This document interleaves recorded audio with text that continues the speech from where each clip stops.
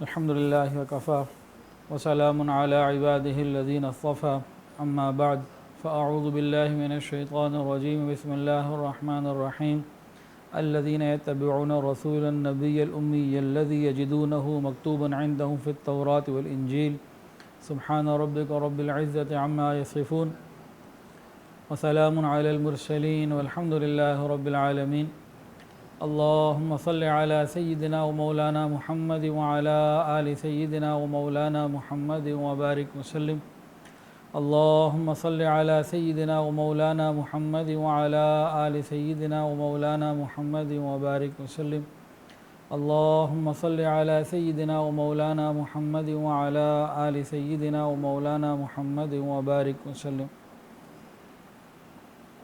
تھوڑا سا ادھر کر دیں. آج قصص القرآن سیریز کا یہ آخری بیان ہے. الحمدللہ رمضان المبارک میں سلسلہ شروع ہوا تھا اور چلتے چلتے حضرت عیسیٰ علیہ السلام تک انبیاء کرام کی باتیں تفصیل سے ذکر ہوئیں. حضرت عیسیٰ علیہ السلام کے بعد قرآن مجید میں جو دوسرے واقعات ہیں جو انبیاء کے تو نہیں لیکن قرآن مجید میں ہیں ان کا ذکر ہوا. اور آج اس سلسلے کے آخر میں حضرت محمد مصطفیٰ احمد مجتبیٰ سرکار دو عالم صلی اللہ علیہ وسلم کو مبارک ذکر ہے جس کے اوپر ہی انشاءاللہ قصص القرآن سیریز کا ہمارا سلسلہ آج مکمل ہو جائے گا. یہ قصص القرآن حضرت مولانا محمد حفظ الرحمن سیہاروی رحمۃ اللہ علیہ کی کتاب ہے. 4 اس کی جلدیں ہیں. ان میں سے پڑھ کے ان 4 جلدوں کا جو خلاصہ ہے وہ بیان کیا گیا. اب ایک نشست کے اندر نبی علیہ السلام کی مبارک زندگی کو بیان کرنا یہ ناممکنات میں سے ہے. یہ کسی بھی شخص کے لیے ممکن ہی نہیں کہ ایک مجلس میں نبی علیہ السلام کی زندگی کو بیان کر سکے. حضور پاک صلی اللہ علیہ وسلم کی مبارک زندگی پہ اتنا کچھ لکھا گیا کہ بڑے بڑے کتب خانے صرف سیرت کی کتابوں سے بھرے ہوئے ہیں. ہزاروں نہیں لاکھوں کی تعداد میں کتابیں نبی علیہ السلام کی مبارک زندگی میں ہیں. اور الحمدللہ ہمارا بھی ایک سلسلہ بدھ کے دن چل رہا ہے سیرت طیبہ کا کہ سیرت کی جو باتیں ہیں نبی علیہ السلام کی مبارک زندگی کی ترتیب کے ساتھ اور تفصیل کے ساتھ چل رہی ہیں. اور الحمدللہ تقریباً 22 بیان اس کے ابھی تک ہو چکے ہیں اور ابھی ہم ہجرت کے موقع پہ پہنچے تھے. صرف ہجرت ہی کے واقعے میں اس کو بہت خلاصہ کر کے اگر کریں تو میرا خیال ہے 2 گھنٹے کا ہوگا. 1 گھنٹے کا ہو چکا ہے لیکن میرا خیال ایسا لگ رہا ہے کہ ہجرت کے ہی 3 بیان ہو جائیں گے. یعنی 3-3.5 گھنٹے تو صرف ہجرت کے ہی موضوع پہ بات اتنا مواد ہے کہ وہ خلاصہ کر کے نکال کے وہ ہوگا. تو نبی علیہ السلام کی مبارک زندگی کی تفصیلات تو ایک سمندر کی طرح ہیں جس کا کنارہ کوئی نہیں. ایک ایسا سمندر جس کا کوئی کنارہ نہیں. تاہم جو قرآن مجید کی آیت مبارکہ پڑھی الذین یتبعون رسول النبی الامی الذی یجدونہ مکتوبا عندہم فی التوراۃ والانجیل، اللہ فرماتے ہیں کہ تورات اور انجیل میں بھی نبی علیہ السلام کی باتیں موجود ہیں. تو اس آیت کا ذکر یہ آیت قرآن مجید کی ہے اور قرآن مجید حق اور سچ ہے اور قیامت تک اس کی حقانیت باقی رہے گی اور یہ کوئی اس کو چھیڑ نہیں سکتا. کوئی اس کے اندر کوئی بھی سقم یا کوئی دراڑ نکال نہیں سکتا. اللہ کا کہنا حق ہے. آج کے زمانے میں تورات انجیل ان کے اندر بہت ساری ان لوگوں نے تبدیلیاں کر دیں، تحریفات کر دیں، من مرضی کی چیزیں شامل کر دیں، لیکن پھر بھی کہیں نہ کہیں نبی کریم صلی اللہ علیہ وسلم کا مبارک ذکر موجود ہے. اہل حق اس کو پہچان لیتے ہیں. یہود و نصارہ چھپانا چاہتے ہیں اور لوگوں کو دھوکہ بھی دے رہے ہیں اور بہت اس میں کامیاب بھی ہیں، لیکن جو حق کی نظر رکھنے والے ہوں جنہوں نے قرآن بھی پڑھا اور سامنے جب ان کے انجیل اور تورات بھی آتی ہے تو وہ اس کو پہچان لیتے ہیں. 2 میں آپ کو باتیں تورات کی پڑھ کے سناؤں گا اور ساتھ قرآن مجید سے اس کا ذکر اور اس کے جو مشابہت ہے وہ بھی انشاءاللہ بتاتا ہوں. اس سلسلے میں جو کتاب ہے وہ ہے حضرت مولانا رحمۃ اللہ علیہ کی میزان الحق. یہ کتاب اگر پڑھی جائے تو اندازہ ہو جائے گا کہ تورات اور انجیل میں کہاں اور کب نبی علیہ السلام کا ذکر آج بھی موجود اور قرآن مجید میں اس کی تفصیلات آج بھی موجود. میزان الحق حضرت مولانا رحمۃ اللہ نور اللہ مرقدہ ان کی کتاب ہے۔ اسی لیے حضرت جی فرماتے ہیں، حضرت پیر حافظ ذوالفقار احمد نقشبندی دامت برکاتہم العالیہ، کہ اگر ہم اپنے بچے کو انجیل پڑھائیں، پڑھانے والا مسلمان ہو تو انجیل سے اس بچے کو وہ مسلمان کر دے گا۔ اگر ہم اپنے بچے کو قرآن مجید پڑھائیں اور پڑھانے والا عیسائی ہو تو وہ قرآن مجید سے بچے کو عیسائی کر دے گا۔ یہ ہمارے لیے لمحہ فکریہ ہے کہ ہم اپنی اولادوں کو کہاں بھیج رہے ہیں، وہ کہاں سے تعلیم حاصل کر رہے ہیں۔ تو قرآن مجید کے اندر آتا ہے کہ تورات اور انجیل میں نبی علیہ السلام کا ذکر موجود۔ اب تورات کی کتاب استثناء کو سنیے۔ حضرت موسیٰ علیہ السلام کا جب آخری وقت قریب ہے تو اس وقت انہوں نے بنی اسرائیل کو کہا، تورات میں اندر یہ بات لکھی ہوئی ہے، باب 18 آیت 15 سے 21 تورات باب استثناء میں، کہ اللہ فرماتے ہیں کہ میں ان کے لیے ان کے بھائیوں میں سے تجھ جیسا ایک نبی بھیجوں گا، میں ان کے لیے ان کے بھائیوں میں سے تجھ سا ایک نبی برپا کروں گا۔ یعنی موسیٰ علیہ السلام کو کہا جا رہا ہے کہ میں آپ کے جیسا اسرائیل کے بھائیوں میں سے ایک نبی بھیجوں گا۔ دوسری بات، اور اپنا کلام اس کے منہ میں ڈالوں گا، جو میں اسے فرماؤں گا وہ سب سے وہی کہے گا۔ تیسری بات، اور جو ایسا ہوگا کہ جو میری باتوں کو جنہیں وہ آنے والا نبی میرا نام لے کے بولے گا لوگ نہیں مانیں گے تو ان نہ ماننے والوں کی میں پکڑ کروں گا، میں پوچھ کروں گا، حساب لوں گا۔ اور وہ خود نبی اگر وہ ایسی گستاخی کرے کہ کوئی بات میرے نام سے کہے جس کے کہنے کا میں نے اسے حکم نہیں دیا گیا تو پھر میں اس نبی کو قتل کروں گا۔ یہ 4 باتیں تورات میں آج بھی موجود ہیں۔ اب ان باتوں کو ذرا غور کیجئے۔ اس بشارت کا پہلا جملہ یہ ہے کہ میں ان کے بھائیوں میں سے تجھ سا ایک نبی برپا کروں گا۔ بنی اسرائیل کے بھائی بنو اسماعیل ہیں، حضرت ابراہیم علیہ السلام کے 2 بیٹے بنو اسحاق اور بنو اسماعیل، تو ان کے بھائیوں میں بنی اسماعیل مراد ہوئے، کیونکہ بنی اسرائیل کی اولاد تو مراد ہو نہیں سکتی کہ لفظ بھائی کا فرمایا، بھائی ہے بنو اسماعیل۔ اور یہ ساری دنیا حقیقت جانتی ہے کہ بنو اسماعیل میں صرف ایک نبی آئے، وہ محمد الرسول اللہ آئے۔ ایک تو وہ بھائیوں میں سے ہوں گے، پھر موسیٰ علیہ السلام کی شان جیسے ہوں گے، عظیم نبی ہوں گے۔ تو یہ دونوں باتیں قرآن مجید کے مطابق ہیں۔ اور غور کیجئے، دوسرا جملہ تورات کا، میں اپنا کلام اس کے منہ میں ڈالوں گا اور جو کچھ میں اس سے فرماؤں گا وہ سب ان سے کہے گا۔ سبحان اللہ۔ قرآن سنیے، وَمَا يَنطِقُ عَنِ الْهَوَىٰ إِنْ هُوَ إِلَّا وَحْيٌ يُوحَىٰ۔ سورہ نجم میں اللہ فرماتے ہیں کہ محمد صلی اللہ علیہ وسلم اپنی ذات سے، اپنی خواہش سے کچھ نہیں کہتے، وہ جو کچھ کہتے ہیں خدا کی وحی سے کہتے ہیں، جو خدا ان پر وحی کرتا ہے۔ یہ تورات کی بات بھی آ گئی اور قرآن کی بات بھی آ گئی۔ اب تیسرا جملہ دوبارہ سنیے، جو کوئی میری باتوں کو جنہیں وہ میرا نام لے کر کہے گا، اگر کوئی نہیں سنے گا تو میں اس سے حساب لوں گا۔ یہ تورات ہے۔ اب قرآن سنیے، فَكَيْفَ إِذَا جِئْنَا مِن كُلِّ أُمَّةٍ بِشَهِيدٍ وَجِئْنَا بِكَ عَلَىٰ هَٰؤُلَاءِ شَهِيدًا۔ ان آیات میں یہی بات ہے کہ اے پیغمبر قیامت کے دن اس وقت کیا حال ہوگا جب ہم ہر ایک امت میں سے ان پر ایک گواہ طلب کریں گے اور ان سے سوال و جواب ہوں گے۔ اور غور کیجئے، اگلی عبارت کیا ہے، لیکن وہ نبی اگر کوئی ایسی گستاخی کرے اور میرے نام سے کہے جس کے کہنے کا میں نے حکم نہیں دیا تو وہ نبی قتل کیا جائے گا۔ یہ تورات کے الفاظ ہیں۔ اب قرآن کی اس آیت کو پڑھیے اور غور کیجئے کہ یہ دونوں مضمون جو ہیں ایک ہی بات کے 2 الگ الگ انداز ہیں بیان کرنے کے۔ وَلَوْ تَقَوَّلَ عَلَيْنَا بَعْضَ الْأَقَاوِيلِ لَأَخَذْنَا مِنْهُ بِالْيَمِينِ ثُمَّ لَقَطَعْنَا مِنْهُ الْوَتِينَ۔ اور یہ پیغمبر بعض باتوں کو اپنی جانب سے گھڑ کر ہماری طرف اگر منسوب کر دے تو بلا شبہ ہم ان کا دائنا ہاتھ پکڑ لیں اور پھر ان کی گردن کی رگ کاٹ ڈالیں۔ یہ بتایا جا رہا ہے۔ تو غور کیجئے، جو کچھ تورات میں آج بھی موجود، قرآن مجید بھی اس کی دلیل دے رہا ہے کہ وہ سب کچھ حضور پاک صلی اللہ علیہ وسلم کے بارے میں ہو رہا ہے۔ اور تورات میں یہ بھی ذکر ہے، تورات میں لکھا ہے آج بھی کہ یہ وہ برکت ہے جو موسیٰ مرد خدا نے اپنے مرنے سے آگے بنی اسرائیل کو بخشی، اور اس نے کہا کہ خداوند سینا سے آیا، شعیر سے ان پر طلوع ہوا اور فاران ہی کے پہاڑ سے وہ جلوہ گر ہوا، 10,000 قدسیوں کے ساتھ آیا اور اس کے دانے ہاتھ میں ایک آتشی شریعت ان کے لیے تھی۔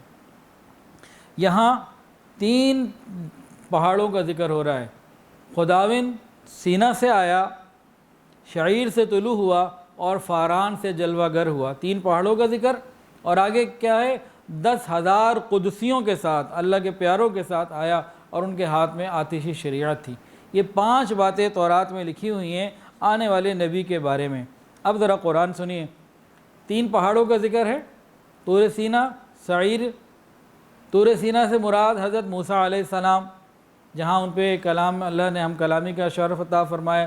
شعیر وہ سلسلہ ہے جہاں بیت اللحم ہے اور عیسیٰ علیہ السلام کی جائے پیدائش ہے، اور فاران ساری دنیا جانتی ہے کہ مکہ کے پہاڑوں کو کہتے ہیں جہاں سے نبی علیہ السلام نے کوہ فاران سے امت کو دعوت دی، قولوا لا الہ الا اللہ تفلحوا۔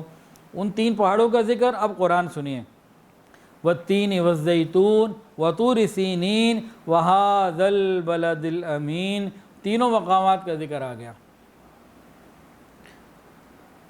شاہد ہے وہ مقام جو مرکز ہے انجیر اور زیتون کے باغوں کا، یعنی حضرت عیسیٰ علیہ السلام کا مقام پیدائش، اور شاہد ہے طور سینا، اور شاہد ہے بلد امین یعنی کوہ فاران کا بھی ذکر آ گیا۔ تو یہ بھی قرآن مجید اور تورات کے اندر ایک چیز مل گئی کہ نبی علیہ السلام کی آمد کی اطلاع۔ اب رہ گئی بات 10,000 قدسی اور آتشی شریعت۔ تو غور کیجئے، فتح مکہ کے موقع پہ 8 ہجری نبی کریم صلی اللہ علیہ وسلم جس لشکر جرار کے ساتھ مدینہ طیبہ سے مکہ مکرمہ آئے، وہ 10,000 صحابہ کرام کا لشکر تھا، اور آتشی شریعت سے مراد جہاد، اور آتشی شریعت سے مراد جو ہے وہ جہاد بالسیف کہ تلوار کے ساتھ جہاد کرنا، یہ اس سے مراد ہے۔ تو نبی علیہ السلام کا ذکر تو پرانی کتابوں میں بھی ہے، اور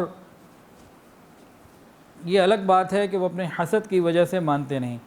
اب نبی کریم صلی اللہ علیہ وسلم کی تاریخ پیدائش، اہل سیر اور تاریخ اس بارے میں مختلف رائے رکھتے ہیں کہ ربیع الاول کی وہ کون سی تاریخ تھی۔ عوام میں جو زیادہ مشہور تاریخ ہے وہ 12 ہے، اور اکثر علماء 8 کو کہتے ہیں، لیکن حضرت مولانا حفظ الرحمان سیوہاروی رحمۃ اللہ علیہ بہت سارے علماء کا یہاں نام لکھ رہے ہیں، میں وقت کی کمی کی وجہ سے نام نہیں لے رہا۔ وہ لکھتے ہیں کہ مستند ترین قول یہ ہے کہ 9 ربیع الاول تاریخ ولادت ہے۔ علماء کی تفصیل لکھی ہے، کون کون علماء ہیں، اکابر اور بڑے بڑے علماء۔ اچھا، اور آگے لکھتے ہیں کہ محمود پاشا جو ترکی کے بہت بڑے ماہر فلکیات ہیں، انہوں نے جب ذائچہ بنایا کہ دنیا میں کب نبی علیہ السلام سے لے کے محمود پاشا کی زندگی تک کب ایسا ہوا کہ سورج گرہن ہوا ہو اور چاند گرہن ہوا ہو، انہوں نے جب وہ پورا ذائچہ بنایا تو اس ذائچے کو بنانے کے بعد انہوں نے اس بات کو طے کیا کہ ہر آدمی یہ بات تو کہ جانتا بھی ہے، مانتا بھی ہے، مستند بھی ہے کہ نبی علیہ السلام کی پیدائش کا دن جو ہے وہ پیر کا دن ہے۔ وہ یہ کہتے ہیں کہ پیر 12 تاریخ کو نہیں آیا تھا، ربیع الاول وہ والا ربیع الاول جس میں نبی علیہ السلام کی پیدائش ہوئی، عام الفیل، اس میں پیر 12 تاریخ کو نہیں آیا تھا۔ اور آج بھی کہیں بھی اس کو اگر آپ تحقیق کے نظر سے دیکھیں تو یہی آپ کو ملے گا کہ 9 ہی کی تاریخ بنتی ہے۔ ہاں، اس میں ایک معاملہ آتا ہے کہ 8 اور 9 کا جو اختلاف ہے یہ کیا ہے، تو فرماتے ہیں کہ 8 اور 9 کا اختلاف حقیقی اختلاف نہیں ہے، بلکہ مہینے کے 29 اور 30 دن کے حساب پر مبنی ہے۔ بعض مہینے کا 29 دن لے لیتے ہیں، بعض 30 دن لے لیتے ہیں، لیکن اس بات کے اوپر تمام فلکیات والے، سائنس والے یہ مانتے ہیں کہ اس ربیع الاول میں پیر کا دن جو آیا تھا اس دن 12 تاریخ نہیں تھی۔ تو یہ ان کی جو تحقیق ہے اس کو میں نے آپ کو پڑھ کے سنا دیا۔ نبی کریم صلی اللہ علیہ وسلم کی پیدائش ہوئی عام الفیل، جس سال ہاتھیوں کا لشکر آیا اور اللہ نے اس کو تباہ کیا، آپ کی پیدائش ہو گئی۔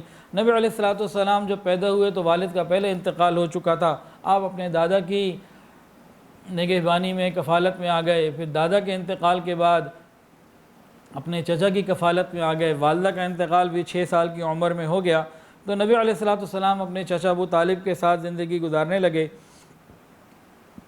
لیکن ہم نبی کریم صلی اللہ علیہ وسلم نے کوشش کی کہ میں اپنے چچا کے اوپر بوجھ نہ بنوں، اور کبھی آپ نے بکریاں چرائیں اور کبھی تجارت کی، اور تجارت کی غرض سے مضاربت کے اوپر آپ بی بی خدیجہ الکبریٰ رضی اللہ عنہ کا مال لے کے شام کی طرف آپ نے سفر کیا، اور بی بی خدیجہ رضی اللہ تعالیٰ عنہ کا ایک غلام میسرہ وہ آپ کی خدمت میں تھا، اس نے سارے حالات دیکھے، راہبوں سے جو چیزیں ملیں، نبی علیہ السلام کی صدق و امانت کی اور آپ کی راست بازی کی اور آپ کے اخلاق اور کردار، یہی میسرہ کی رپورٹیں جو تھیں ساری کی ساری وجہ بنی کہ حضرت خدیجہ الکبریٰ رضی اللہ تعالیٰ عنہ نے اپنی شادی کے لیے بھی تیاری اس کے لیے رغبت کا اظہار کیا، اور یہی شادی کے راستے کو آگے بڑھایا گیا، اور پھر شادی بھی حضرت خدیجہ سے ہو گئی، جس وقت نبی علیہ السلام کی شادی حضرت خدیجہ الکبریٰ رضی اللہ عنہ سے ہوئی، نبی علیہ السلام کی عمر مبارک 25 سال تھی اور حضرت خدیجہ الکبریٰ رضی اللہ عنہ کی عمر 40 سال تھی۔ نبی علیہ السلام کی جب اپنی عمر 40 کے قریب آنے لگی تو آپ کی زندگی کے اندر ایک بہت بڑا چینج آیا کہ آپ کو خلوت، تنہائی پسندیدہ ہو گئی۔ آپ اپنے گھر سے چند دنوں کا سامان لے کے غار حرا میں چلے جاتے اور وہاں یاد الہی میں مشغول رہتے، کبھی حضرت خدیجہ الکبریٰ رضی اللہ عنہ سامان پہنچا دیتی، آپ وہیں ہوتے، اور کبھی آپ خود آ کے سامان لے جایا کرتے اور آپ غار حرا میں عبادت کیا کرتے تھے۔ جب نبی علیہ السلام کی عمر 40 سال ہو گئی، پھر وہ مبارک موقع آیا کہ اللہ رب العزت نے قرآن مجید کا نزول، وحی کا نزول کا معاملہ شروع کیا، اقرأ بسم ربک الذی خلق۔ یہاں سے اللہ رب العزت نے نبی علیہ السلام کے ساتھ باقاعدہ وحی کا سلسلہ، حضرت جبرائیل علیہ السلام کا وحی لے کے آنا، یہ سلسلہ شروع ہوا، اور نبی علیہ السلام غور کیجئے، نبی کریم صلی اللہ علیہ وسلم پہلی وحی کے بعد کہاں گئے؟ اپنے گھر آئے، اپنی بیگم کے پاس۔ اب اور بھی کہیں جا سکتے تھے، اپنے چچا کے پاس بھی جا سکتے تھے، اور بہت ساری جگہ تھیں، لیکن انسان اگر گھر کے اندر پرسکون ہو تو گھر ہی میں سب سے پہلے آیا کرتا ہے۔ اور حضرت خدیجہ الکبریٰ رضی اللہ تعالیٰ عنہ نے آپ کو تسلیاں دیں اور آپ کو حوصلہ دیا اور فرمایا کہ ہرگز ایسا نہیں ہو سکتا۔ نبی علیہ السلام کہہ رہے تھے انی خشیت علی نفسی، مجھے ڈر ہے میری جان کا، تو انہوں نے کیا فرق ان کو تسلی دی، کلا، ہرگز نہیں، اللہ آپ کو ہرگز ضائع نہیں کرے گا۔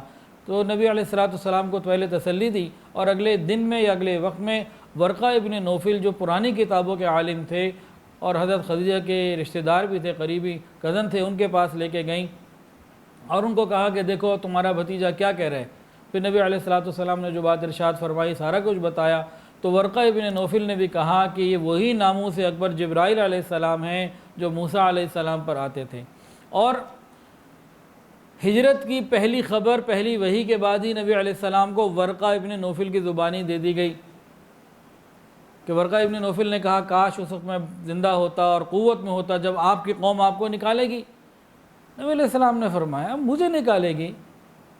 تو کہا نہیں، آپ ہی کی کیا بات ہے، جس نے بھی دین کی اس طرح کی دعوت دی ہے تو ان کو قربانیاں دینی پڑی ہیں، تو آپ کی قوم آپ کو نکالے گی۔ نبی علیہ السلام کے اوپر یہ وحی کا دور شروع ہوا، پھر وحی کا دوسرا دور شروع ہوا جس کے اندر اللہ نے حکم دیا وَأَنذِرْ عَشِيرَتَكَ الْأَقْرَبِينَ، اے پیغمبر اپنے رشتہ داروں کو گمراہی سے ڈرائیے اور کھل کے اب اعلان کیجئے۔ شروع کے زمانے میں کھل کے اعلان نہیں کیا گیا، پھر نبی علیہ السلام نے کھل کے اعلان کرنے کا جب اللہ سے حکم ملا تو صفا کی چوٹی کے اوپر کھڑے ہو کر، اس زمانے کے ایک اعلان کا طریقہ ہوتا تھا، یا صباحا یا صباحا، یہ اعلان کیا جاتا تھا۔ تو جب بھی کوئی ایسا اعلان پہاڑ کی چوٹی پہ کرتا تو لوگ متوجہ ہوتے اور آگے آتے، کوئی اہم بات پیش آنے والی ہے۔ تو قریش کے لوگ جمع ہو گئے، تو نبی علیہ السلام نے سب کو فرمایا لوگو اگر میں تم سے یہ کہوں اس پہاڑ کے پیچھے ایک لشکر جرار جمع ہے اور تم پر حملہ کرنے کے لیے تیار ہے، کیا تم میری تصدیق کرو گے؟ لوگوں نے کہا ہم نے آپ کو صادق الامین پایا ہے، آج جو کچھ آپ کہیں گے وہ حقیقت پر مبنی ہوگا۔ لوگوں سے یہ شہادت لینے کے بعد آپ نے فرمایا اچھا لوگوں، میں تم کو خدائے واحد کی جانب بلاتا ہوں اور یہ بت پرستی کو چھوڑنے کی ترغیب دیتا ہوں کہ تم اس دن سے ڈرو جب اللہ کے سامنے حاضر ہو کر اپنے اعمال کا اور اپنے کردار کا حساب دینا ہے۔ تو نبی علیہ السلام نے یہاں سے دعوت کو شروع کیا، عوام کے اندر کھلل علل اعلان، ساتھ ہی آپ کی دشمنی علل اعلان شروع ہو گئی، اور آپ کا حقیقی چچا ابو لہب غضبناک ہو کے کہنے لگا تو ہمیشہ کے لیے ہلاکت اور رسوائی کا منہ دیکھے گا، کیا اس لیے ہمیں بلایا تھا؟ تو جیسے ہی نبی علیہ الصلوۃ والسلام نے دین کی دعوت دی تو دوسری تکالیف شروع ہو گئیں۔ کفار مکہ نے مسلمان ہونے والوں کو اتنی تکلیفیں دیں، اگر وہ پہاڑ کے اوپر اترتی تو پہاڑ ریزہ ریزہ ہو جاتا۔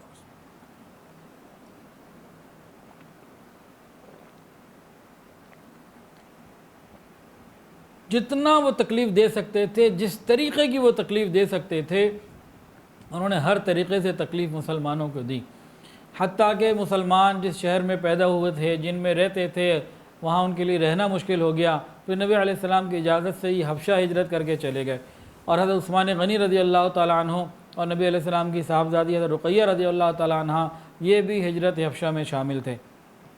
ہجرت حبشہ جب ہوئی تو وہاں نجاشی بادشاہ کے پاس قریش نے لوگوں کو بھیجا۔ ان کو سمجھ میں نہیں آ رہی تھی کہ بھئی ہمارے ہاں یہ رہ رہے تھے، ہم انہیں ظلم و ستم سے ستا رہے تھے، یہ کسی دوسرے ملک میں جا کے، کسی عیسائی مملکت میں جا کے کیسے امن اور چین کی نیند لے سکتے ہیں؟ کافر کبھی اچھا نہیں محسوس کر سکتا، برداشت نہیں ہو سکتا اس سے کہ مسلمان کوئی چین کی زندگی گزار لے۔ تو یہ چند غریب پریشانی کے عالم میں یا ظلم سے ستائے ہوئے امیر بھی گوتے، یہ جب پہنچے نجاشی کے حکومت میں حبشہ میں، تو پیچھے سے ان لوگوں نے وفد بھیج دیا اور جا کے پہلے نجاشی کے درباریوں کو خوب مال و دولت دیا، کبھی دیکھو ہماری ہاں میں ہاں ملانا، اور پھر نجاشی کو کہا کہ یہ لوگ ہمارے ملک کو چھوڑ کے باغی ہیں، آ گئے آپ کے ملک میں۔ حضرت جعفر رضی اللہ تعالی عنہ انہوں نے مسلمانوں کی طرف سے بات کی اور حق کو سامنے رکھا۔ جب یہ کافر لوگ وہاں گئے تھے، انہوں نے جا کے سجدہ کیا، جس طرح کا تعظیمی سجدہ نجاشی کو کیا جاتا تھا، مسلمانوں نے نہیں کیا۔ تو درباریوں نے پوائنٹ آؤٹ کیا کہ دیکھیں انہوں نے سجدہ بھی نہیں کیا، آپ کی عزت اور ادب بھی نہیں کرتے۔ تو مسلمانوں نے بتایا حضرت جعفر رضی اللہ تعالیٰ عنہ نے کہ ہمیں ہمارے نبی نے یہی حکم دیا ہے کہ سوائے ایک اللہ کے کسی کو نہیں سجدہ کر سکتے، صرف ایک اللہ ہے جس کو سجدہ کیا جا سکتا ہے۔ وہاں ان کفار مکہ نے یہ تک کہا کہ حضرت عیسیٰ علیہ السلام کو اب اللہ کا بیٹا بولتے ہیں، اور یہ تو عیسیٰ علیہ السلام کے بارے میں اپنا کوئی اور عقیدہ رکھتے ہیں۔ تو حضرت جعفر رضی اللہ تعالیٰ نے اس کی بھی تفصیلات ان کو بتائیں۔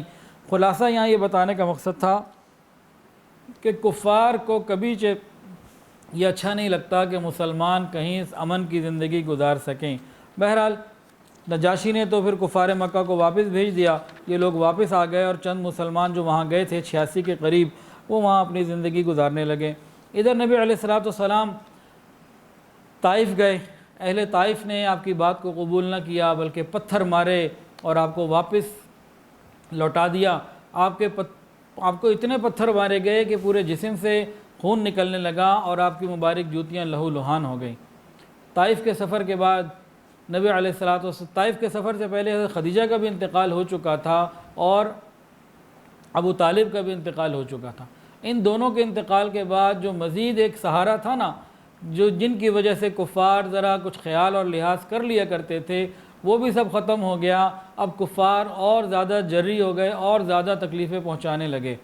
بہرحال پھر اللہ رب العزت نے اپنی رحمت کو متوجہ کیا، نبی کریم صلی اللہ علیہ وسلم کو معراج عطا فرمائی۔ مکہ مکرمہ سے پہلے بیت المقدس کا سفر ہوا، بیت المقدس کے سفر سے پہلے بھی درمیان میں جب براق پہ آپ سوار ہوئے، پہلے مدینہ طیبہ اتر کے 2 رکعت نماز پڑھی، پھر آگے ایک وادی میں نماز پڑھی، پھر کوہ طور پہ نماز پڑھی، پھر بیت اللحم میں جہاں عیسیٰ علیہ السلام کی پیدائش کی جگہ ہے وہاں نماز پڑھی، پھر بالآخر بیت المقدس آپ پہنچے۔ اور بیت المقدس میں تمام انبیاء کرام علیہ الصلوۃ والسلام کو آپ نے نماز کی امامت کرائی، اور تمام انبیاء نے آپ کے پیچھے نماز ادا کی، آپ امام الانبیاء بنے۔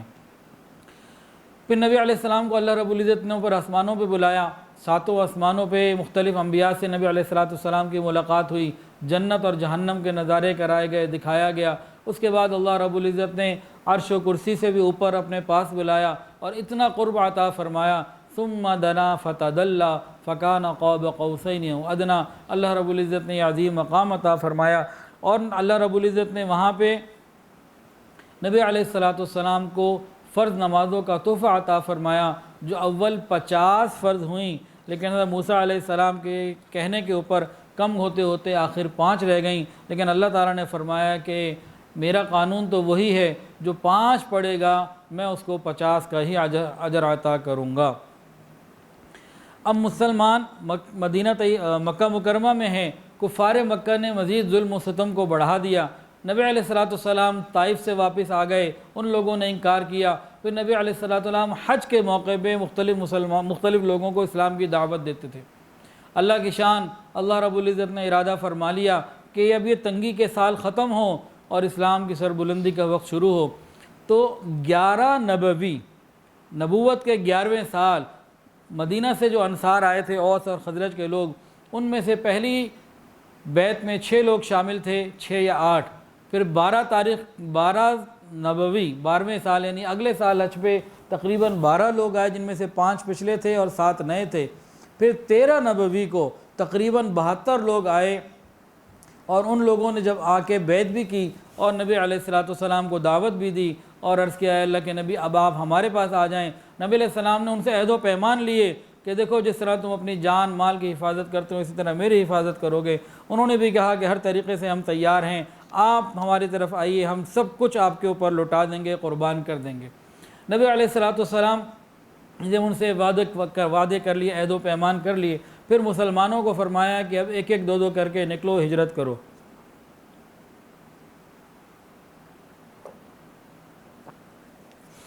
نبی کریم صلی اللہ علیہ وسلم خود پہلے ہجرت نہیں کی، یہ ایک لیڈر کی اور ایک بہترین خیر خواہ کی بات ہوا کرتی ہے، جو حقیقی معنی میں خیر خواہ ہو، جو حقیقی معنی میں لیڈر ہو۔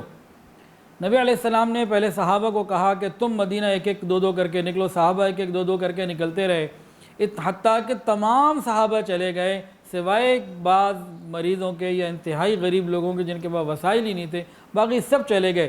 جس وقت نبی علیہ السلام نے خود ہجرت کی ہے، اس وقت حضرت ابوبکر صدیق رضی اللہ تعالیٰ عنہ، نبی علیہ الصلوۃ والسلام اور حضرت علی رضی اللہ تعالیٰ عنہ، یہ 3 لوگ رہ گئے تھے، باقی تو سب چاہنے والے جا چکے تھے۔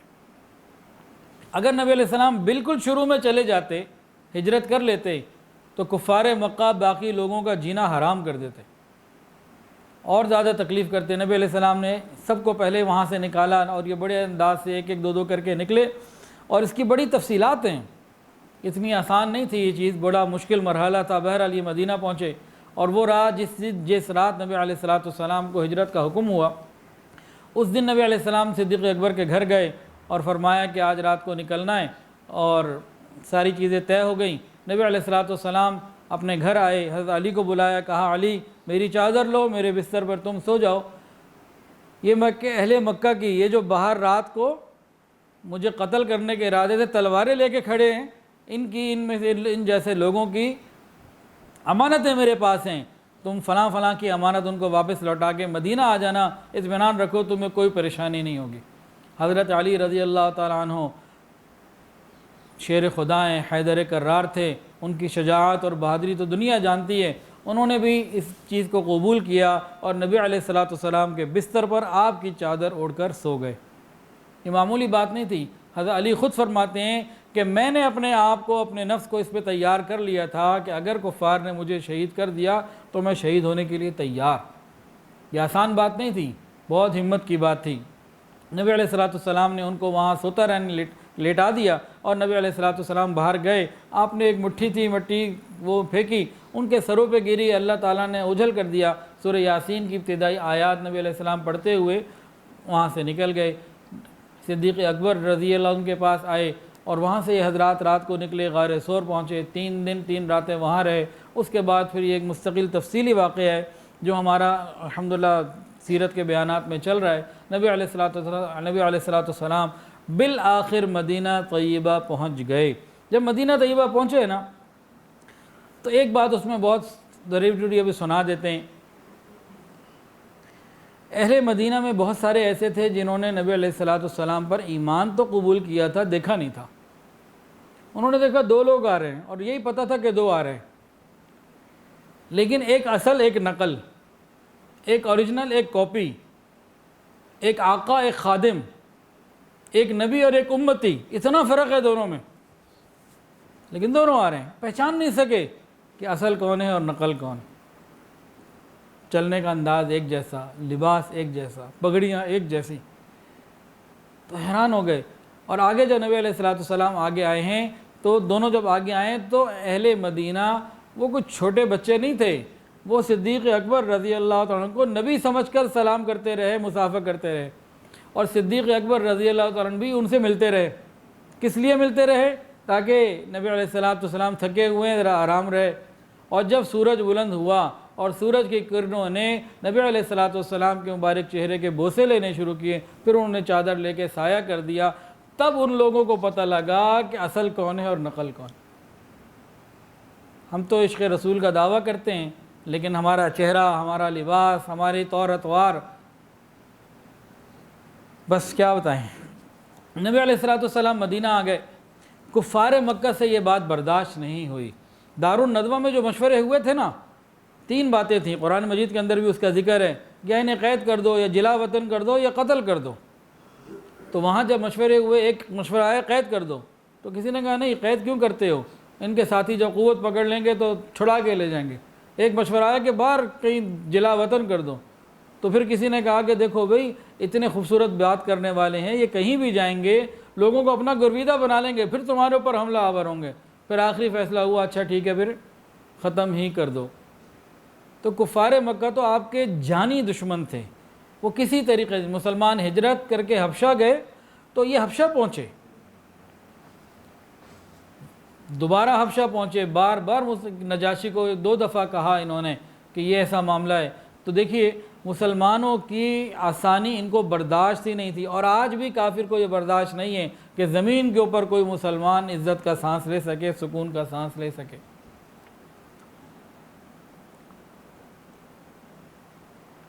اب ہونا کیا چاہیے تھا؟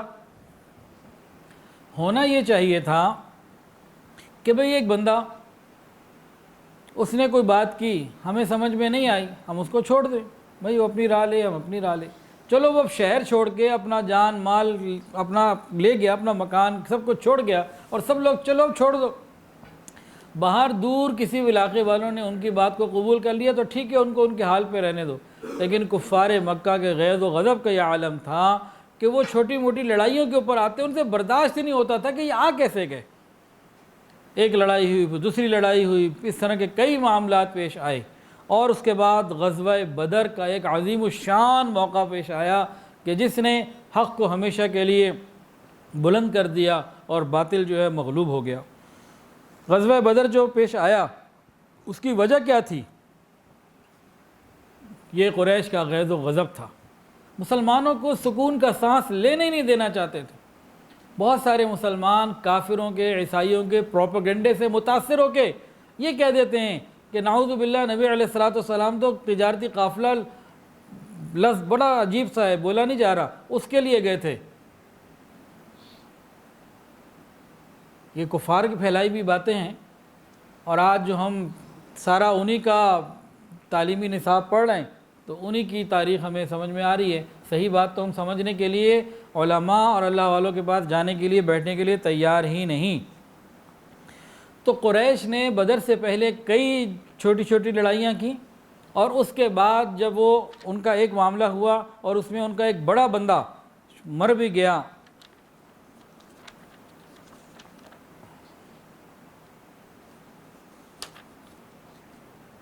سریہ عبداللہ ابن جہش پیش آیا جس میں ان کا مشہور سردار عمر ابن حضرمی قتل ہو گیا، اور عثمان ابن عبداللہ اور حکم بن کیسان جیسے بہادر قید ہو گئے۔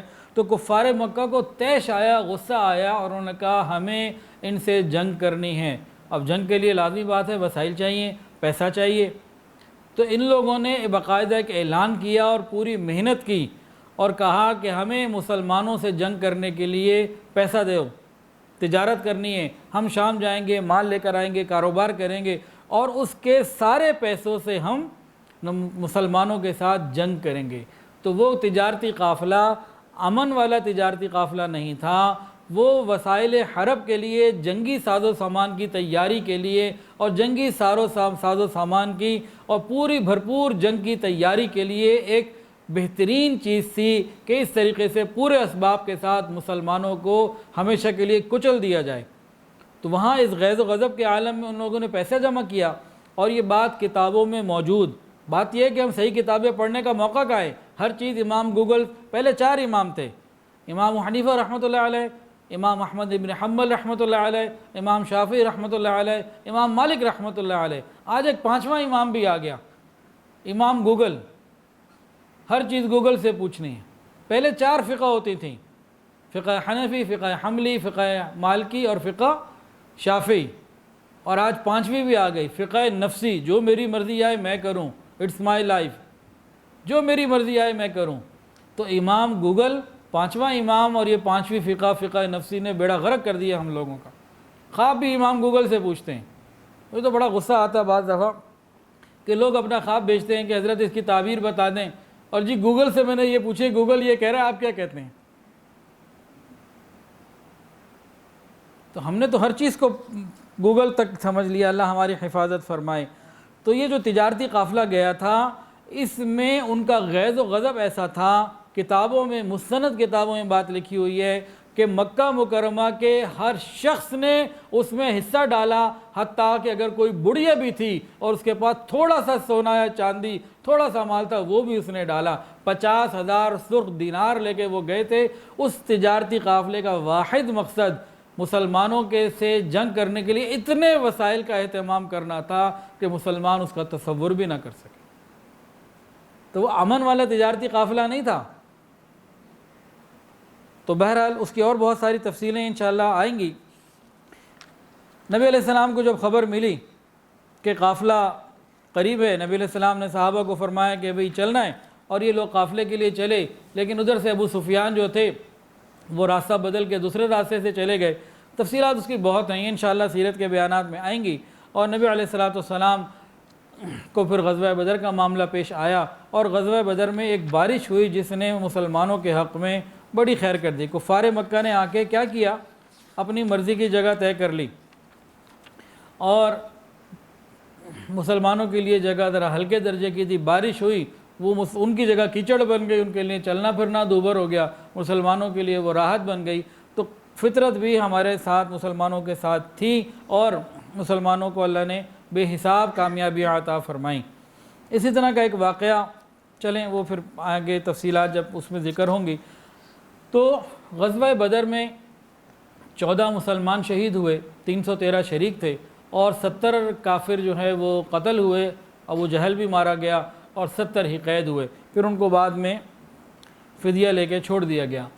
غزوہ بدر کے بعد کفار کا غیظ و غضب اور زیادہ بڑھ گیا، وہ بدلہ لینے کی آس میں تھے۔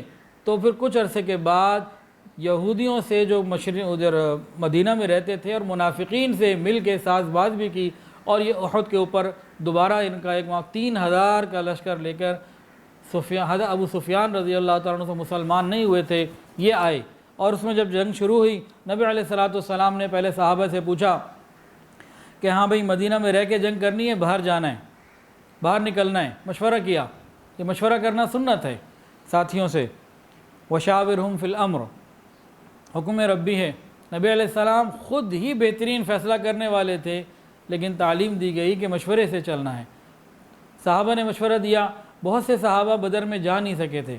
جب اہل بدر کا مقام ان کو معلوم ہوا نا، تو ان کی حسرت اور بڑھ گئی، تو ان کے اندر جذبہ تھا کہ نہیں ہم باہر جا کے کریں گے۔ نبی علیہ السلام کی خواہش یہ تھی کہ یہیں کیا جائے، لیکن وہ کہتے تھے باہر۔ نبی علیہ السلام نے کہا چلو باہر۔ آپ گئے، زیرہ پہن لی، تیار ہو گئے۔ آپ پیچھے تھے تو پیچھے چند صحابہ نے ان کو سمجھایا کہ بھئی نوجوانوں تم کیا کر رہے ہو؟ نبی علیہ السلام کی چاہت یہاں رہنے کی تھی، تم کیوں جانے کی بات کرتے ہو؟ اب نبی علیہ السلام آئے تو سب شرمندہ ہو کے معافی مانگنے لگے کہ جو آپ کی رائے ہو بس وہی ہماری رائے ہے۔ تو نبی علیہ السلام نے فرمایا کہ اللہ کے نبی کی یہ شان نہیں ہے کہ زرہ پہن کے اتارے، اب چلو۔ 1000 مسلمان تھے جن میں 300 منافق تھے۔ ان بدبختوں کا یہ ارادہ تھا کہ ان کو جو ہے نا مورلی سپورٹ نہیں کرنا، بلکہ ان کو ڈی مورل کرنا ہے۔ کیسے کہ 1000 کا لشکر جا رہا ہے، 300 واپس لے آئیں گے تو یہ ان کا مورل ڈاؤن ہو جائے گا۔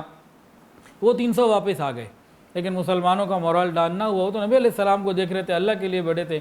جب میدان احد میں پہنچے، نبی علیہ السلام نے ایک پہاڑی تھی، 50 تیر اندازوں کو وہاں کھڑا کر دیا، ان کو تفصیل سے کہہ دیا تم نے یہاں سے حرکت نہیں کرنی، ہلنا نہیں ہے۔ جنگ ہوئی اور مسلمانوں کو فتح ہو گئی، کفار بھاگ گئے۔ یہ جو 50 تیر انداز سے ان سے ایک اجتہادی غلطی ہو گئی، انہوں نے سمجھا کہ جنگ ختم ہو گئی تو ہم بھی چلتے ہیں۔ تو جو ان کے سردار تھے عبداللہ، انہوں نے کہا کہ دیکھو بھئی ہمیں کھڑے رہنے کا حکم ہے، تو ان سے اس میں اجتہادی غلطی ہو گئی، 39 صحابہ نیچے اتر آئے، 11 رہ گئے۔ تو پیچھے سے حضرت خالد بن ولید رضی اللہ تعالی عنہ، ان کے بعد 200 سواروں کا لشکر تھا، انہوں نے دیکھا کہ جگہ خالی ہے تو پلٹ آئے، اور پھر نبی علیہ السلام کو بھی زخم آئے، 70 مسلمان شہید ہوئے، اور سید الشہداء حضرت حمزہ رضی اللہ عنہ بھی شہید ہوئے۔ تو بہرحال یہ کفار مکہ واپس چلے گئے، اور 1 سال بعد دوبارہ آنے کا کہہ گئے۔ پھر اس کے کچھ عرصے کے بعد غزوہ احزاب پیش آیا، اس کو غزوہ خندق بھی کہتے ہیں۔ اس میں کافروں سے صرف مشرکین مکہ سے واسطہ نہیں پڑا، پورے عرب کے ہی تقریباً کافر آ گئے تھے، اور 10,000 کا ایک لشکر تھا جس نے مدینہ کو محصور کر لیا، اور ابو سفیان رضی اللہ عنہ سے مسلمان نہیں ہوئے تھے، 10,000 کے لشکر جرار کے ساتھ چڑھائی کے لیے آئے۔ سلمان فارسی رضی اللہ عنہ کے مشورے سے ایک خندق کھودی گئی بہت چوڑی، اور بہرحال اللہ تعالیٰ نے اپنے حبیب کو اس میں بھی فتح عطا فرمائی۔ پھر نبی علیہ السلام نے خواب دیکھا اور عمرے کے لیے چل پڑے، تو حدیبیہ کے مقام کے اوپر بالکل حرم کے قریب وہاں پہ کفار سے بات چیت ہوئی، اور کچھ شرائط طے کی گئیں، اور مسلمانوں کو پھر واپس بھیج دیا گیا۔ اگلے سال پھر یہ لوگ عمرے کے لیے آئے۔ پھر 8 ہجری میں فتح مکہ کا عظیم الشان واقعہ پیش آیا، اور نبی علیہ السلام 10,000 قدسیوں کے ساتھ جلوہ گر ہوئے اور آتشی شریعت کے ساتھ۔ پھر یہ مکہ مکرمہ فتح ہوا، مکہ مکرمہ کے فتح ہونے کے بعد طائف بھی فتح ہوا، اور غزوہ حنین ہوا۔ وہاں 2 قبیلے تھے، حوازن اور قبیلہ ثقیف، تو نبی علیہ السلام نے اس کو بھی فتح کیا 10 شوال 8 ہجری۔ یہاں ایک عجیب بات پیش آئی غزوہ حنین میں، لقد نصرکم اللہ فی مواطن کثیرۃ ویوم حنین اذ اعجبتکم کثرتکم فلم تغنی عنکم شیئا۔ صحابہ میں نا تعداد بہت زیادہ تھی، چند نئے مسلمان بھی جوان شامل ہوئے تھے، تو کسی کے دل میں نا یہ خیال آ گیا، جب ہم تھوڑے تھے نا تو ہم کامیاب ہوتے تھے، ابھی تو ہم اتنے زیادہ ہیں، 10,000 تو فتح مکہ پہ تھے، اور اس کے بعد کئی ہزار شامل ہو گئے، تو بہت بڑی تعداد ہے۔ جب تھوڑے تھے تو ہم فاتح تھے، اب تو ہم بڑھ گئے، اب کیسے ہو سکتا ہے ہمیں شکست ہو جائے۔ جیسے ہی لڑائی شروع ہوئی، پہلے ہی اس میں مسلمانوں کو زبردست شکست کا اور پریشانی کا سامنا کرنا پڑا، اور اللہ نے فرما دیا تمہاری کثرت تمہارے کوئی کام نہیں آئی، تمہاری کثرت، عددی کثرت تمہارے کوئی کام نہیں آئی۔ پیغام تھا مسلمانوں کو اگر فتح ملے گی تو اللہ کی مدد کے ساتھ ملے گی، صرف اسلحے سے فتح نہیں ملتی، اسلحہ ضروری، بہت ضروری، تیاری ضروری، بہت ضروری، لیکن اللہ کی مدد کے بغیر یہ چیزیں کام نہیں آتیں۔ یہاں سے پھر مسلمانوں کو آگے پھر فتح ہو گئی، اور غزوہ حنین کے ساتھ یہ نبی علیہ السلام واپس آئے۔ پھر غزوہ تبوک پیش آیا۔ غزوہ تبوک سے پہلے کے جو غزوات ہیں نا، یا عام طور سے جو اسفار ہوتے تھے رسول اللہ صلی اللہ علیہ وسلم کے، آپ خاموشی سے جاتے، کسی کو اطلاع نہ کرتے۔ اب جانا مثال کے طور پہ مکہ ہے تو مکہ کا راستہ نہیں لیا، راستہ دوسرا لیا، تھوڑا سا آگے جا کے مکے کے راستے پر آئے، تاکہ جتنی دیر تک کافروں کو پتہ نہ چلے، ان کے جاسوسوں کو اتنا اچھا، راز اتنا زیادہ رہے، اور نکل کے بتاتے ہم نے کہاں جانا ہے۔ لیکن یہ تبوک کا موقع ایسا تھا، سفر دور کا تھا، اور دشمن لاکھوں کی تعداد میں تھا، اور مدینہ طیبہ میں تنگی تھی، تو اعلیٰ اعلان کہا تبوک جانا ہے، اور ہر ایک پھر تیار ہوا، 30,000 کا لشکر تیار ہوا۔ یہ وہ تبوک کا مبارک سفر ہے کہ جس میں عثمان غنی رضی اللہ عنہ نے بہت مال دیا اللہ کے راستے میں، اور صدیق اور عمر فاروق رضی اللہ عنہ نے اپنا آدھا مال دیا، اور صدیق اکبر رضی اللہ عنہ نے اپنا سارا مال دے دیا۔ اس طرح یہ غزوہ تبوک میں وہاں جنگ نہیں ہوئی، مسلمان واپس آ گئے۔ اور پھر ایک واقعہ اور پیش آیا انہی حالات میں کہ حضرت زید رضی اللہ تعالیٰ عنہ نبی علیہ السلام کے منہ بولے بیٹے تھے، اور ان کی اہلیہ تھیں حضرت زینب رضی اللہ تعالیٰ عنہ۔ دونوں کے اندر کچھ اختلافات تھے۔ حضرت زینب مطمئن نہیں تھیں، نبی علیہ السلام سے حضرت زید پوچھتے تھے، حضرت نبی علیہ السلام فرماتے تھے کہ نہیں، گھر کو باقی رکھو، چلاؤ، اللہ خیر کر دے گا۔ خیر اللہ کا فیصلہ آ گیا، حضرت زید رضی اللہ عنہ نے طلاق بھی دے دی، اور اللہ کا فیصلہ یہ آیا کہ نبی علیہ السلام اپنے منہ بولے بیٹے کی بیوی سے، جس کو وہ طلاق دے چکے، عدت پوری ہو گئی، شادی کر لیں۔ قریش کے اندر منہ بولے بیٹے کی شادی، منہ بولے بیٹے کی بیوی سے شادی کرنا جائز نہیں تھا۔ تو اللہ کے محبوب صلی اللہ علیہ وسلم نے قبیلے کی اور خاندان کی اور معاشرے کی رسومات جو غلط تھی ان کو توڑا، اللہ کے حکم کو پورا کیا۔ ہمیں بھی چاہیے کہ ہم اللہ کے احکامات کو پورا کریں۔ ہم رسومات بڑے شوق سے پوری کرتے ہیں، سنت پوری کرتے ہوئے ہماری جان جاتی ہے۔ اس کے علاوہ وہاں قبیلے تھے 3 یہودیوں کے، بنو قریظہ، اور 2 اور قبیلے تھے، بنو نذیر تھا، بنو قینقاع تھا۔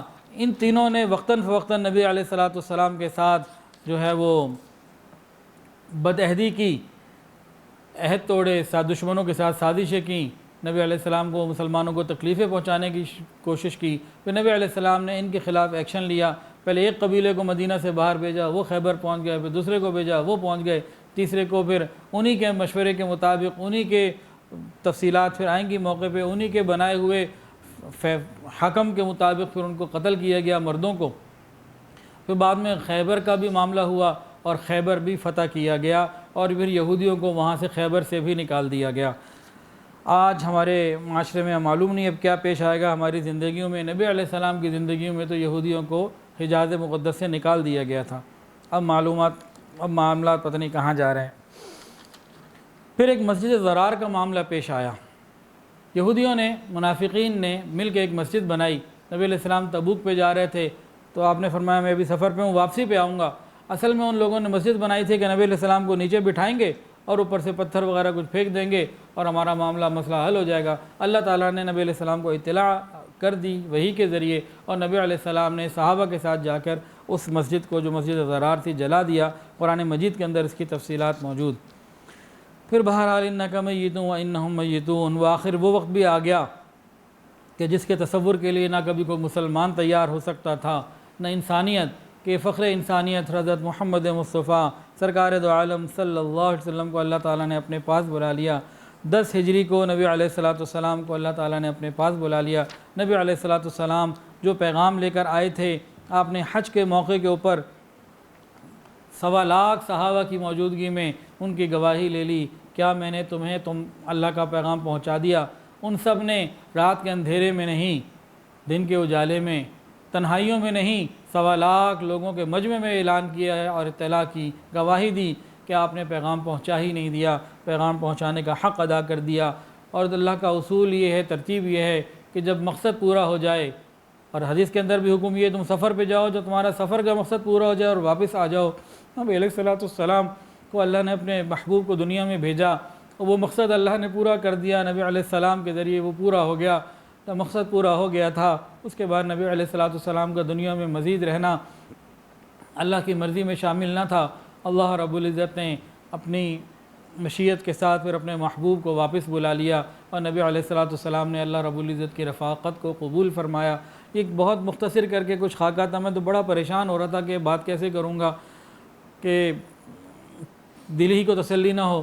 باقی وہ سیرت کے پروگرام میں تسلی چل رہی ہے، ان میں سے ایک ایک واقعہ، غزوہ بدر کا واقعہ یہ کوئی 2 گھنٹے کا واقعہ ہے، غزوہ احد کا واقعہ تو قرآن میں اتنا تفصیل سے ہے، 2 گھنٹے تو اس میں لگنے ہیں، اور بہت ساری چیزیں ان میں سمجھنے کی ہیں۔ انشاءاللہ وہ سیرت کے ان بیانات میں چلتی رہیں گی۔ اللہ تعالی ہمیں ان کو سمجھنے کی، پڑھنے کی، عمل کرنے کی توفیق عطا فرمائے۔ 2 باتیں اور کرنی ہیں، ایک اچانک یاد آ گئی اور ایک تو کرنی تھی۔ جو کرنی تھی وہ یہ ہے، کل 21 ستمبر حضرت جی دامت برکاتہم تشریف لا رہے ہیں، حضرت پیر حافظ الفقار احمد نقشبندی دامت برکاتہم العالیہ، ہمارے ادارے الکہف ایجوکیشنل ٹرسٹ کے پروگرام میں جامعہ رقیہ للبنات کی تقریب ہے، افتتاح بخاری شریف کی۔ تو ٹاؤن شپ میں مین پیکو روڈ پہ 14A1 مین پیکو روڈ شادی ہال ہے، ایک لی گرینڈ شیلے ایونٹ کمپلیکس۔ تو کل 2 بجے سے لے کے 4 بجے تک کا وقت ہے، مردوں کے لیے بھی ہے، عورتوں کے لیے بھی ہے۔ خوب آئیں، شوق کے ساتھ آئیں، انشاءاللہ اللہ تعالیٰ قبول بھی فرمائیں گے اور برکتیں بھی عطا فرمائیں گے۔ اور جو بات یاد آ گئی وہ بات تو بڑی عجیب سی ہے، بچپن میں کہیں پڑھی تھی، ابھی تازہ 5-10 سالوں میں مجھے نہیں یاد کہ میں نے یہ کہیں پڑھی ہو، بچپن میں کہیں پڑھی تھی اور شاید تاریخ فرشتہ میں لکھی ہے، کہاں لکھی ہے۔ بہرحال اکبر بادشاہ کے 9 رتن تھے، تو یہ سفر میں جاتا تھا تو بعض دفعہ ان کو ساتھ رکھتا تھا۔ ایک دفعہ یہ اکبر بادشاہ کسی سفر میں تھا، اور اس سفر میں ایک رات اس کی طبیعت ایسی بے چین ہوئی کہ پریشان ہو گیا، اب نیند نہ آئے، پریشانی ہے، نیند ہی نہ آئے۔ تو اب لوگوں سے پوچھا، سب کچھ ہوا تو کچھ بھی فائدہ نہ ہوا، تو اس کا ایک نورتن تھا ہندو، اس کا نام تھا بیربل۔ وہ آیا، اس نے پوچھا جان کی امان پاؤں تو مجھے پتہ تو لگے پریشانی کیا ہے۔ تو اکبر بادشاہ نے بتایا کہ بھئی مجھے پریشانی یہ کہ ہاں خیمے کے اندر نا اندھیرا ہو گیا تھا، جو لائٹیں جل رہی تھیں نا مشل وغیرہ وہ بجھ گئی تھیں، وہ اندھیرا ہوتے اس کو قبر کا خیال آ گیا۔ اکبر بادشاہ کو اس سفر میں اپنے خیمے میں جیسے ہی اس نے اندھیرا محسوس کیا، آنکھ کھولی، طبیعت بے چین ہو گئی، قبر یاد آ گئی۔ اب بے چینی دور نہیں ہو رہی۔ اب اس نے لوگوں کو بلایا، بہت سے مسلمان بھی آئے، پوچھ رہے ہیں ہاں بھی کیا کروں۔ مسلمانوں نے بڑی تسلیاں تھیں، اس کا کسی بھی طریقے سے کوئی تسلی نہیں ہو پا رہی تھی۔ بہرحال پھر آخر میں نا ہندو جو اس کا ایک نورتن میں سے ایک تھا، ہندو تھا بیربل، وہ آیا، پوچھا جی کیا مسئلہ ہے؟ اس نے کہا جی مسئلہ یہ ہے کہ اندھیرے میں تو میں اتنا یہاں پریشان ہو گیا، قبر میں میرا کیا بننا ہے۔ تو اس ہندو بیربل نے ایک عجیب بات کہی جس سے اکبر بادشاہ مطمئن ہو گیا تھا۔ اس نے کہا کہ دیکھو تم لوگوں کا عقیدہ یہ ہے کہ حضور پاک صلی اللہ علیہ وسلم جہاں ہوں اور رحمت و روشنی ہوتی ہے، وہاں اندھیرا نہیں ہوتا۔ پہلے وہ زمین کے اوپر تھے، زمین کے اوپر روشنی تھی، اب وہ زمین کے نیچے ہے، تم جاؤ گے روشنی ملے گی۔ اس کے دل کو اطمینان آ گیا۔ تو اللہ تعالیٰ واقعتاً ایسا ہی ہمارے ساتھ بھی معاملہ کرے کہ جب اپنی اپنی قبروں میں ہم اپنے اپنے موقعوں پہ وقتوں پہ جائیں تو ہمیں اللہ تعالیٰ قبر کے اندر آسانیاں عطا فرمائے نبی علیہ السلام کی برکت سے۔ وآخر دعوانا ان الحمدللہ رب العالمین۔ ویڈیو کے نیچے سبسکرائب کے بٹن پہ کلک کریں، بیل کے آئیکن پہ کلک کیجئے تاکہ ہر نئی ویڈیو کی نوٹیفیکیشن آپ کو مل جائے۔